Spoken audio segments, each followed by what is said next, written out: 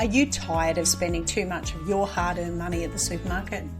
Are you dreaming of farm-fresh eggs, homegrown veggies, and homemade everything?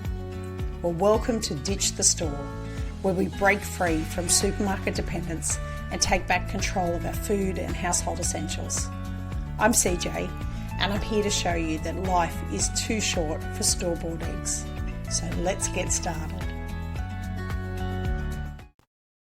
G'day everyone, and welcome to another episode of Ditch the Store.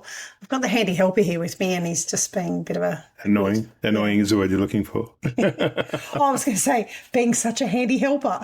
Yeah.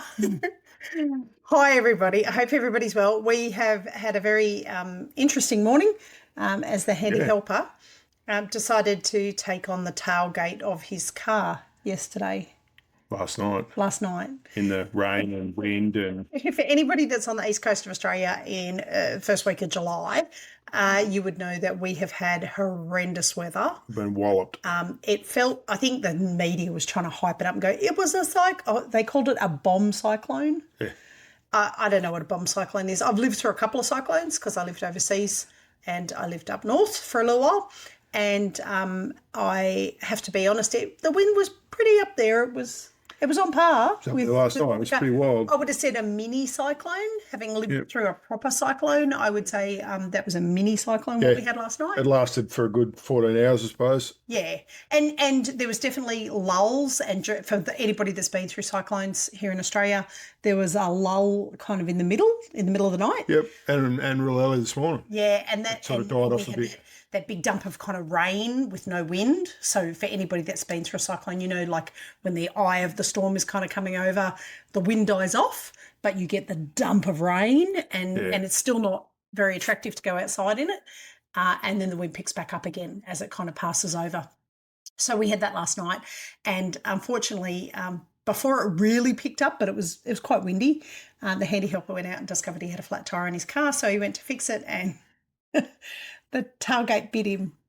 The tailgate walloped me in the head. I think Luna, our Merrimer, was out there, and I think she looked and went, "Dad, the tailgate bit you." And I was actually listening to what's her name? Denise Duffield Thomas was doing a thing last night, and I was listening to her. For anybody that doesn't follow Denise Duffield Thomas, if you're actually interested in any money stuff, go check her out. She's actually really good. I was listening to that, had my headphones on, and the handy helper walked in with his tooth in his hand, which is never a nice place to be. And I was more worried. You'd broken your nose. Yeah, the big snobs to start with, but you hadn't broken. It probably luckily got in the way last night. Maybe it helped. Maybe it helped before the tailgate whacked me in the mouth and snapped one of my teeth out. So we spent the morning in at the dentist, and luckily we have an amazing dentist nearby that we discovered only recently, and he was able to reattach the part of the tooth that had broken off and cement it back on. So, and when I say a bit of tooth, I don't think you took a photo of it, did you? No. But it was more than half the tooth had broken off. So yeah, the fact that he was able to put it back on. I was pretty impressed. I thought the handy helper was going to wind up with a crown on his front tooth and $1,000 less in his bank account, but that's not quite what happened. No. Anyway, today we're on a new topic. We've finished our sourdough stuff. I hope you are baking up a storm, but we are now moving on to our next topic, which is episode 122. I can't believe we've got to 122. 22. For the next couple of weeks, we're talking all things ditching chemical cleaners, and today's episode is why you should go natural. We're going to talk about the reason behind why you should be thinking about getting rid of the chemical cleaners and going to homemade versions. And it is not just about ditching the supermarket in this case. There's quite a few things that you need to think about as far as health, not just for you, but primarily health for kids and animals that would be in your house as well. So we're just going to run through a few things. And what I've got written here is I always write up a little intro, but I don't always say the intro. But can you ever think of a time where you have got yourself a headache or a sore throat cleaning the bathroom? I know the handy helper probably may not remember. It might have been was it up in Gunning that I passed out? Passed out in the shower from the shower cleaner. I was in cleaning the shower with eczema mold and got in the shower to rinse it down, like stripped off, got in the shower, was rinsing it off from the inside, and ka-thump, hit the floor. Eddie Helper came in and I was passed out on the floor from the smell of the eczema mold. It got too much for me. And, I think it was probably 6 years ago. And from that point on, I started thinking about other things that I could be using to do cleaning. And from there, I've kind of switched over to a few alternative products now. And I did a little bit of research into it, beforehand, but this is a bit more in-depth research about why you shouldn't be. So there's a couple of things that you have to think about that are in commercial cleaners. And I'm talking, your supermarket variety, Windex, eczema mold, gumption we still use. We still use gumption, because I find that that's probably the easiest thing. I've got cast iron enamelled fry pans, and there's something else I've got and my big Dutch oven is enamelled. So if anything gets stuck on there, I will use gumption to get that off, because that seems to be the thing that works. But there's so many other chemical cleaners that just have really horrible things in them. And the first one is ammonia. And ammonia is a smell that I can't stand it. It's a smell that I associate with the chook runs. Chook shit. Yeah. Chook shit's really high in ammonia. So when the chook runs are due for a clean out, it's a pretty obvious odour of that real urine ammonia. Strong smell, takes your breath away. Yeah, and I can't think of any time that would be a pleasant smell to be kind of surrounded by. But certainly using glass or multi-purpose cleaners, you get that smell really strong. Brings tears to your eyes. Windex has got a lot of ammonia in it. It does, doesn't it? Yep. Yeah. And that's, it's a good glass cleaner. But there are other things that are good glass cleaners too. So what I went through and worked out what the issues are with some of these chemicals. And for ammonia, surprise, surprise, highly irritating to the lungs and mucous membranes, which would explain why it takes your breath away and why you get a bit of a teary reaction to ammonia smells and you feel like you can't really breathe very well. And a couple of the health bodies, one in Canada in particular, has put out a thing warning not to use cleaning products containing it because of its high level of toxicity, particularly in under-ventilated areas. And guess what? What's one of those areas where you're always cleaning with ammonia? Yeah. The bathroom. Shower in the bathroom. Which is not always. I mean, I put the fan on if I'm cleaning in there anyway, like the what do you call it? Exhaust fan. That's the word. That's the one. The one that goes late in the day, and we've got a lot on, and yeah. Anyway, putting the fan on can help. Yeah, but it's still in an strong. Yeah, in an underventilated area, and like I say, walking in the chook house when it's due for a clean, especially after it's rained. Yeah, I wonder why that is. Why the moisture. I'm going to say that word, moisture, because I know somebody out there hates it. It's like chook shit fermenting on the floor. Probably is. Because it's wet. Yeah. Moisture. That's why it's moisture. Moist. You like, yeah. Moist. The next chemical that you should be avoiding is sodium, and I'm going to pronounce this really weird, hypoxchlorite. What is it in real terms? Hypochlorite. What is it really? It's bleach. Bleach. Straight up bleach. Straight up bleach. And, I have to be honest, my mum used bleach massively when we had the dairy cows and dairy goats, and she would use bleach to wash out, the milking buckets, the bottles, things like that. I actually like the smell of bleach, but I know.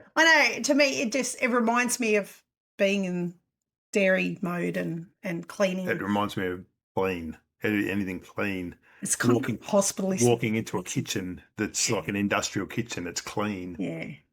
What was that joke you heard last night? A policeman standing at the scene of a crime. We're here ready to arrest a woman for shooting her husband because he walked over the floor before it was dry after she'd mopped it. And the reporter says to him, so have you arrested the woman yet? No, we're waiting for the floor to dry.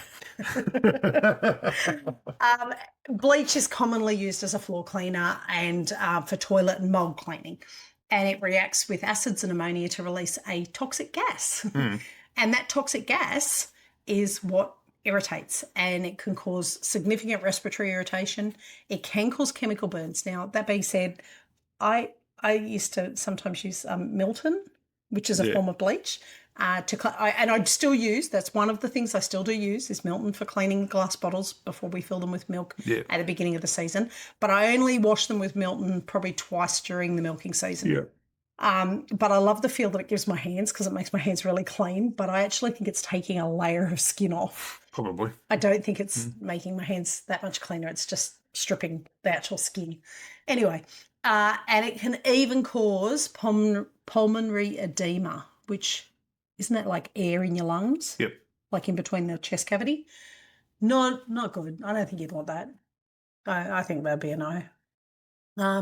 So the next one, here we go. This will be an interesting one for Cass to try and pronounce. I'm terrible at pronouncing things that are written. Somebody has to tell me how to say it the first time, otherwise I'm useless. Is it fifolates? Fifolates, which is commonly what is referred to on the back of cleaning products as the fragrance. And the funny bit about it is when it is used as a fragrance, it doesn't have to be disclosed on the label. So they don't have to say that it's actually the chemical. They just say, and added fragrance. Yeah. And that covers the chemical being added to the product. Now, this one's not a good one for probably younger people. Well, for older people too. I mean, I'm going through that menopause thing, menopause, as Luna says, menopause. I have menopause. It's linked to hormone disruption, fertility issues, and developmental problems in children, which is not nice. And if you are a young person who is in the process of getting ready to start a family, I can't imagine that would be a healthy place to be. No. Let's say my watch is going off like crazy. Of course it is. And so it's not great for kids, not great for people who are getting ready to go through that process of getting pregnant. Sorry, just had to pause because I had kids messaging me about catching buses home. Anyway, so it has been it's been confirmed that hidden fragrance stuff can cause huge reproductive toxicity. So if you already have problems with reproduction issues, you certainly don't want to be using it. The next one is a real chemical name that 2-butoxyethylene. Sounds good to me. I think that's how it reads. It's found in kitchen, window and multi-purpose cleaners, and it causes sore throats, pulmonary edema, liver and kidney damage with prolonged exposure. Yeah. That sounds awesome, doesn't it? You really want to be using that around your kids. And the interesting bit about that one is, again, not required to be listed on the label. You would think if they're encouraging you to put a poison in your house, that they'd at least have to tell you about it. You'd think. Yeah, you would think. Next one is one that I can pronounce, formaldehyde. Oh, yeah. Ugh, formaldehyde.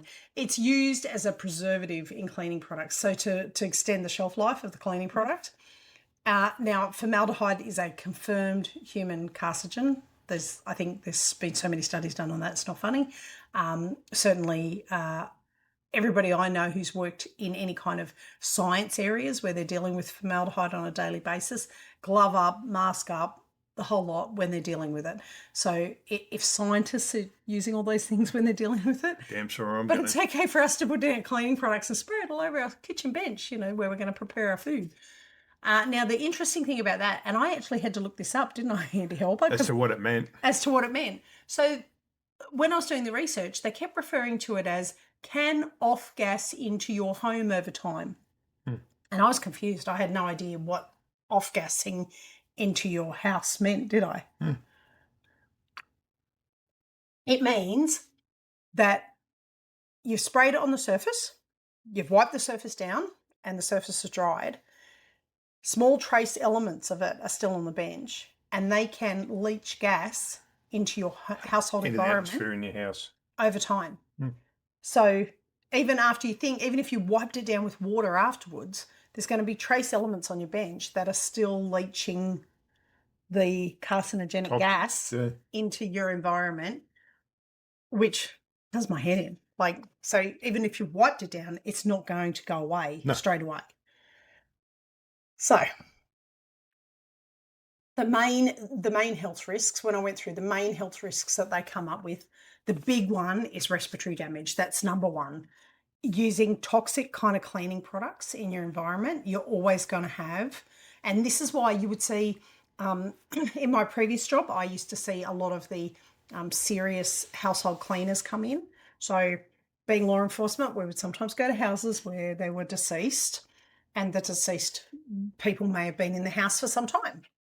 So we used to get these super duper cleaning people to come in, and they would clean the house, particularly if it was a government house, so housing commission house. They would come in and clean the house, and they used to use all these whiz-bang cleaners and things. There was one that they used to spray. I've told you about this before. They used to spray it into the air. It was like a yellow mist, and it would just suck the odour out of the air. Out of the room. Yeah. So you'd be standing there, and anybody that's had to attend to a deceased person that's been deceased for a while, the smell can be pretty overbearing. And they would spray this stuff into the air, and it was like it just neutralised all the odour. Sucked everything out of the air. Yeah. Mind you, who knows what chemical was in that one? I don't want to know. I'm not going to ask. But those guys used to come in, and they would wear these humongous like breathing apparatus and a full overall suit to come in and clean. Yeah. Like a hazmat suit. Like hazmat, that's yeah. And so they would come in and clean like that, and I used to think, wow, what's in the cleaning products if they've and you stand in the room next to them when they don't without a mask on, and, like having to take my uniform home and try and stand while I'm growing this third arm. That's what it feels like. That's exactly what it feels like. Out of my neck, yeah. They'd be coming in with these breathing apparatus on. We'd be standing there, they'd be spraying stuff. But I mean, we weren't in it all the time. They were in it all the time. So they were obviously smart and taking all the necessary precautions not to have the long-term exposure to those kind of spray cleaners. But it does increase your asthma risk by about 30 to 50%, even in adults who have had no symptoms. And that's really ironic for me that I've kind of stopped using products like that now, because a year ago I had some breathing issues, some serious of chest infections, and it's over a year ago now, year and a half. I ended up on Christmas Day in hospital with what they said was an asthma attack. And I'd never had asthma in my life. And they sent me off for testing, and guess what? I don't have asthma. You had pneumonia instead. I had pneumonia, I had pleurisy, I had the whole kit and caboodle. Don't have asthma, but I didn't have asthma. They tested me. I don't have asthma. But it's ironic that it kind of showed up in that way, that they thought that I was having an asthma attack. And that was prior to me really canning all the cleaning products. So it's obviously very dangerous for children if you've got children that have asthma issues, and also elderly people or anybody that has a pre-existing respiratory condition. So if they've got long-term respiratory issues from smoking for years, which the handy helper and I are both reformed smokers, so we obviously probably going to have risks in that respect as well. But yeah, definitely respiratory issues are the big one. Now, the next one is endocrine. Oh, I can never say it. Endocrine disruption, which is hormonal. It's a hormonal issue. So certain chemicals that are in cleaning products mimic hormones, particularly estrogen. You know what? You're right there, having an itch. I didn't want to make it obvious. Yeah, it's obvious. Anybody watching on YouTube's going, what is he doing with that? Scratching the back of his neck with a back scratcher. So there's certain chemicals that will mimic hormones, particularly estrogen. And estrogen, people think, oh, estrogen's a good hormone. It's a good hormone when you get it in the doses you need at the cycle for women, at the time in their cycle that they need estrogen. But it's not necessarily a good hormone to have when you're a bloke or when you're a woman who's in menopause, depending on what your particular menopause issues are, or a child who's not yet going through puberty. It's probably not a good hormone to be getting dumped excess amounts of. No. I think, wasn't there a time where they were saying don't drink soy milk because it had too much estrogen in it? Yeah, something like that. I wouldn't drink soy milk anyway, but yeah, there was a time. Sorry. No, and sorry, I was having a sip of tea. It's one of those things where, I mean, yeah, we wouldn't drink soy milk anyway because it's not real, it's processed. No. But it's certainly, if you're consuming food and cleaning with cleaning products, and they're all giving you this extra hit of estrogen, I would think that would not be a good thing. Yeah. Yeah. No.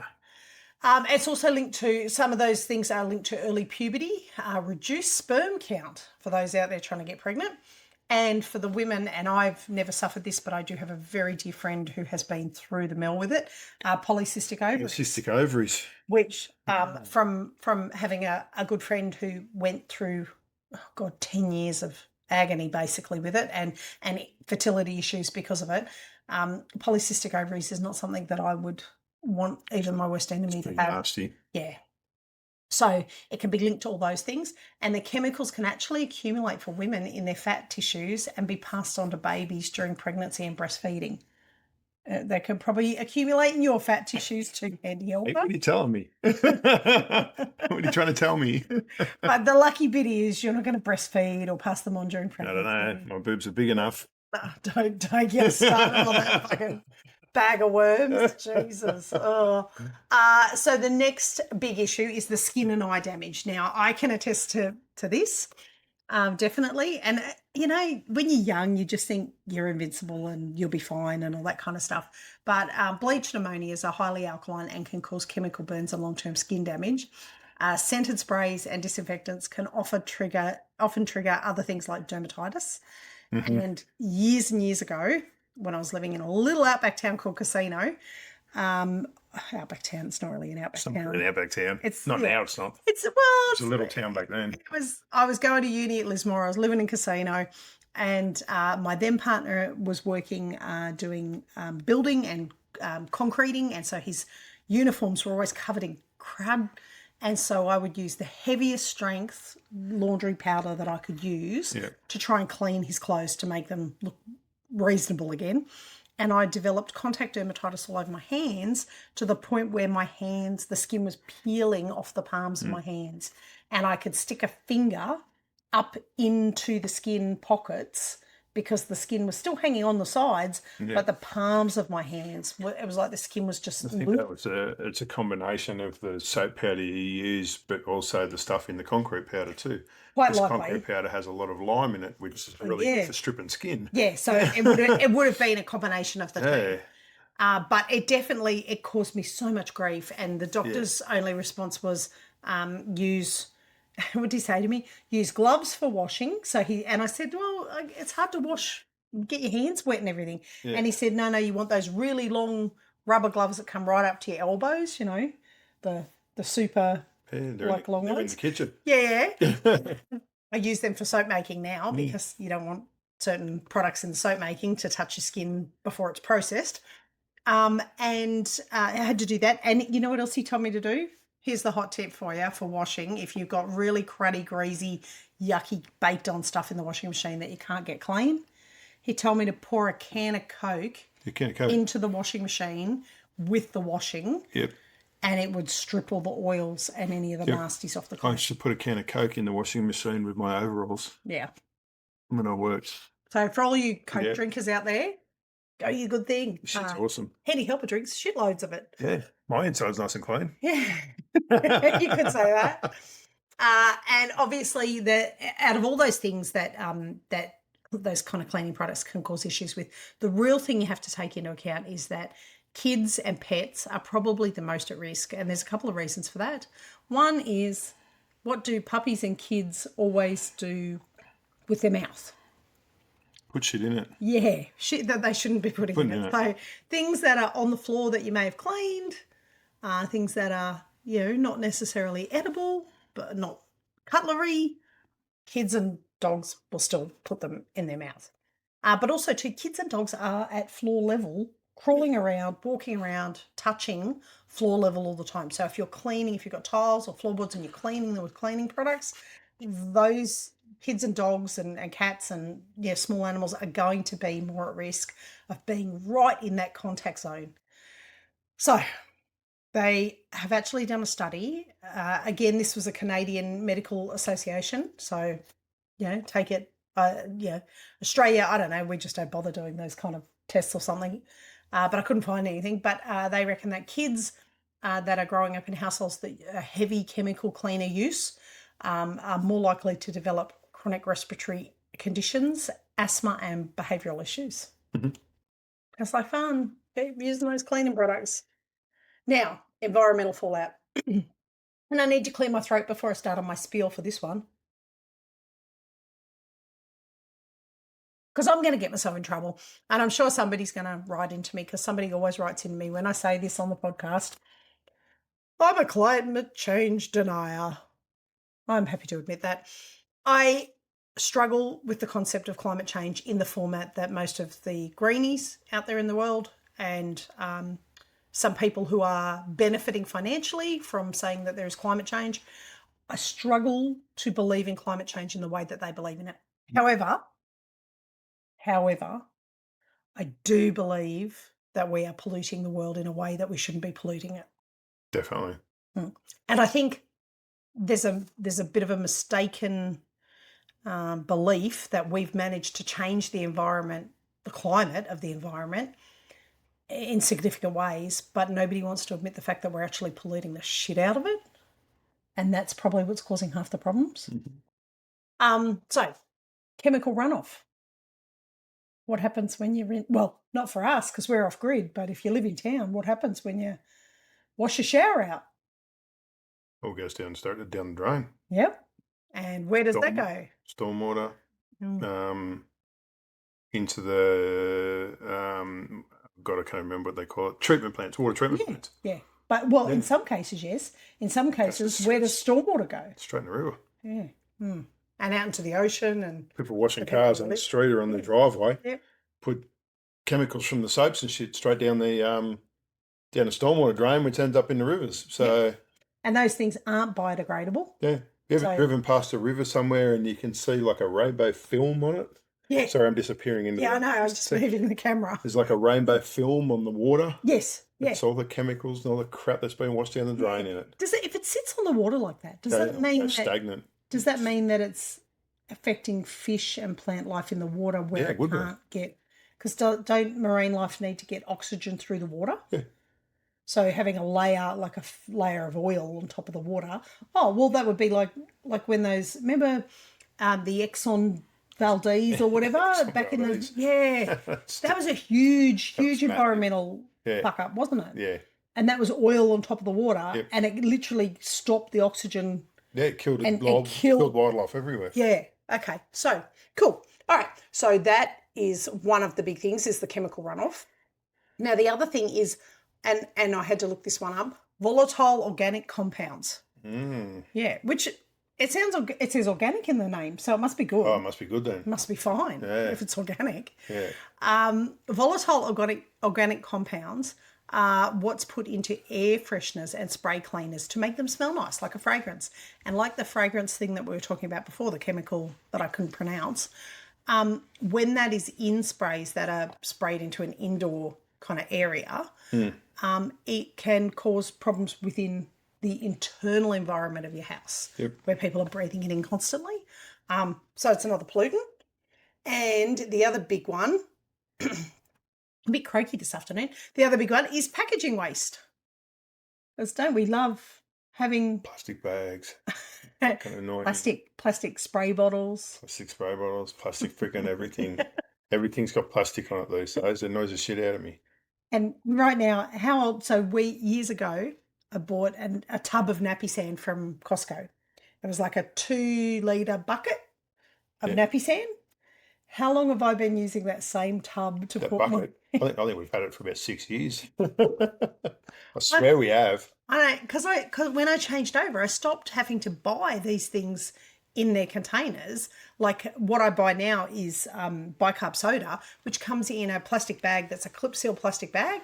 I decant it into containers that I want it in, clip seal it in between use so it doesn't get moisture in it, and that plastic bag folds down to probably 2 centimetres square maybe to go in the bin.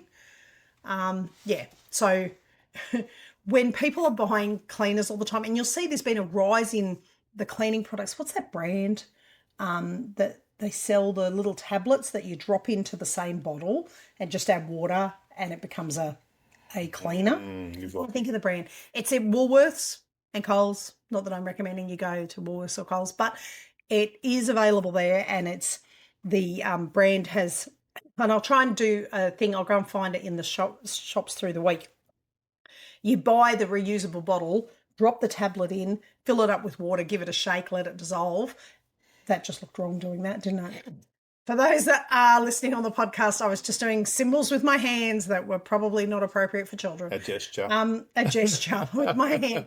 You give it a good shake, and then you can use the spray as a cleaning product, and you're only paying for the wrapping around a tablet versus the wrapping around a whole bottle, a plastic bottle that you're going to throw out afterwards. And on top of it, the plastic bottles that you get all your cleaning products in are usually PBA plastics, which are endocrine. Endocrine. I had it right the first time that time. I don't know. Endocrine disruptors. So they're not good for your hormones. Yeah.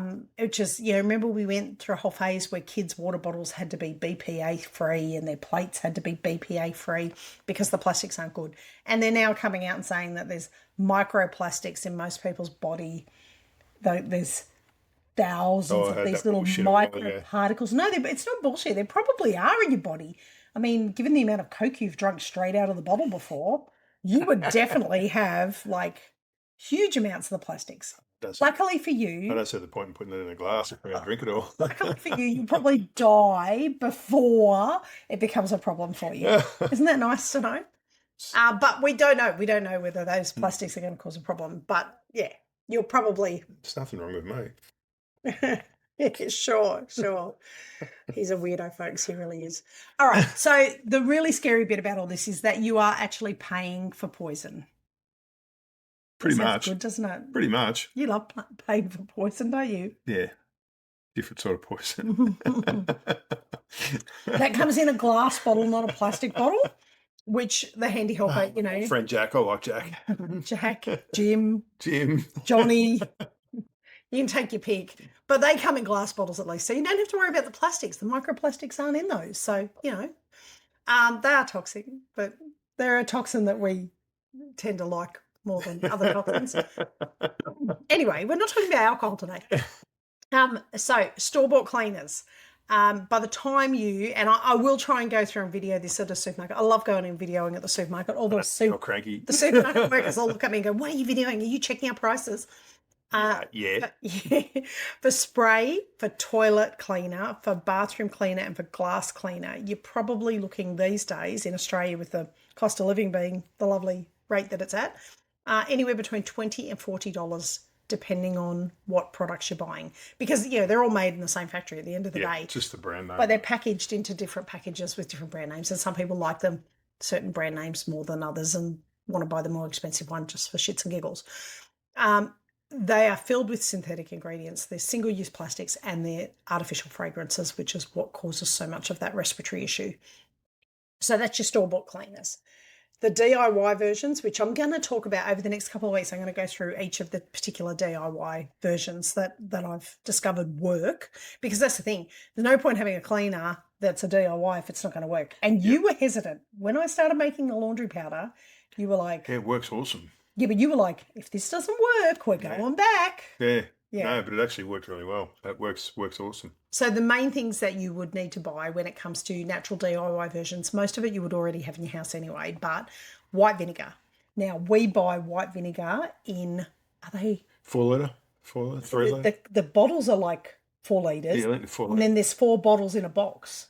6 bottles. So it's... No, 4. So it's like 16 litres of white vinegar. It lasts us forever. From Costco, and it's about $5. Yeah, it's bugger all. And it lasts so cheap. And it's these huge big bottles of white vinegar. Bicarb soda, I buy, I think it's a 10 kilo bag. It's 10 kilo bag. Heavy. Yep. A 10 kilo bag of bicarb, and it was, last time was about $9 for the 10 kilos, so $1 a kilo roughly.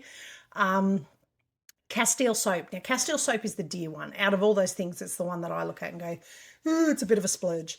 I get that from a natural health food shop nearby, and it costs me $15 for a 1 litre of it.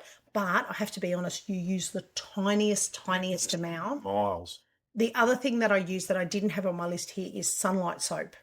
I use Sunlight soap, and because you all know I'm part of that Thermomix cult, I get a block of Sunlight soap. I kind of break it up, cut it up rough cut into maybe 8 or 10 pieces. And then I chuck it into the Thermomix and blitz it on like 9. So like a blender, for those that don't have a thermo. I blend it and pulverize it into these tiny little particles, and I use that in my soap. Now, Sunlight soap, we worked out the other day, we don't buy the Sunlight soap brand because we're tight asses. We buy the home brand version of Sunlight soap. Same soap. And it's in a 4-pack of it's in exactly the same pack as Sunlight soap. It comes from the same location. It actually comes from the same factory, and it has exactly the same ingredients. But it's probably about a third of the price of Sunlight soap. Yeah. So I buy a 4-pack of that now. Because I was out of hand washing and body washing soap the other day, the handy helper's been using Sunlight soap in the shower, and you've actually been really enjoying it too. Yeah, it's got a nice smell to it too. I think it reminds me of my grandmother because she used it for everything. So yeah. Now and so that's quite cheap as well. That's another one that you can use. Essential oils. Now, you don't have to use essential oils. I don't put essential oils into every cleaning product that I make. Sometimes I find the smell a little bit overpowering, and having had 2 children who both had asthma, they've both, OJ's grown out of his asthma because he had it quite young, and his was smoking related. He had a relative around him that was smoking still when he was little. So he... and the doctor said straight up, with small kids like that, it's just about always smoking that causes asthma. It's always a trigger for them. No, you weren't smoking. I wasn't smoking either. I'd given up long before that. But he's grown out of it. MJ still gets some seasonal asthma. And what I've noticed is really heavy concentrated perfumes or really strong artificial smells can sometimes trigger her and make her a bit coughy and a bit wheezy. So, but you can use essential oils and even things just like, vanilla. Just a drop of vanilla extract. It can just make it less soapy smell and a little bit nicer smell. And that, you're probably looking at $15 for a couple of bottles of it. And they'll last forever because you only put a couple of drops in. Yep. So with all of those things, you probably will clean out all of your cleaning cupboards, and you'll end up having about 3 to 5 ingredients that in different ratios for different things. So for laundry powder, obviously, is different to a cleaning spray, but 3 to 5 ingredients, and you'll cover off on all of your cleaning products just into different ratios, into different jars or bottles. And that'll cover you for all your cleaning. So that means that you then won't have to go to the supermarket and buy cleaning products. Another way to ditch the store. We love it. Now, what I am going to do is I'm going to put some things on there as far as I'll try and put something on the website with a bit of a list of things that you may need to look at getting over the next couple of weeks if you're going to follow along and try and make some of these products that I make at home and that I use for cleaning. So I'll try and put that on there. Once that's done, I'll put something on the social media. So if you're not following us on social media, make sure you go along to Mojo Homestead on social medias, and I will post as much as I can there so that you can see it. And that's it, I think, for this week. Was there anything else we needed to have anything else down there? No. I'll try and put something on the webpage. Otherwise, next week I'm going to talk about, it's either spray cleaners or laundry cleaners. Yep. But I'll go through what I actually use and the kinds of things you need to think about and what you don't need to think about. And some things that have worked, like my hot tip for cleaning the collars of your work shirts. Yeah. How clean did they come? Yeah, they come out really good. Yeah. The handy helper wears a uniform to work. So anybody that wears a uniform to work, especially if it's a light coloured uniform, which I used to wear a light coloured uniform as well. Yep. The collar. Cotton collar. Rubbing up against the back of your neck. It doesn't matter how clean you scrub the back of your neck. You're always going to have... It just sucks the oil out of your skin. Yeah. Oil from skin My on shirts the end up collar. putrid. And they used to get really bad, didn't they? And now I've found a really, really easy way. And I tried a few methods, and I didn't want to ruin any of his uniforms, but I tried a few methods, and I even tried it with MJ's sports clothes. She's got a uniform that she wore for the Brumbies representative team, and it was predominantly white. Now, why you would make a white uniform for football players? Girls rugby. I mean, beautiful uniform, don't get me wrong, but wrong colour. You're asking for trouble. Yeah, wrong colour. And so I used this same method on her sports stuff. So they're synthetic fabrics, not cotton, and it came spotlessly clean and was glowing white. by the time I'd finished. Yeah, and it only took her one day to ruin it again. Yeah, well, that's what mum's for, is to clean all that crap up again. Anyway, that's it for us this week. Reach out to us on DMs if you've got any questions about cleaning stuff. Otherwise, go and check out the webpage. And like I say, I'll put some stuff up there. Also, too, I have just released, that was one thing I did want to mention, I've just released a whole new range of hoodies on Not the Farmer's Wife store. So www.notthefarmerswife, all one word, all lowercase, single, just type it, Not the Farmer's Wife, .com. And if you go on there, there's a whole bunch of new hoodies with some pretty cool colours. Yep. My old shop had some older coloured hoodies that were just really boring. It was just blue, brown, grey, black. Now I've got pink, emerald green, maroon, red, royal blue, pale blue, everything coloured hoodies. And the best bit about these ones is, for my Aussie friends that are listening, these are Australian made. Yep. They're actually printed down in Melbourne and sent out for me from down there. So go and have a look at them. www.notthefarmerswife.com. You'll find them. Cool. All right. That's it for us this week. Say bye. Any help? All done. Cheerio. You didn't say much this week. No, I'm not a talker. He's a bit tired from the whole tooth. The whole tooth saga might have taken a bit out of him. Anyway, we will talk to you all next week. Bye. Cheers, guys. Bye. Well, that's it for today's episode of Ditch the Store.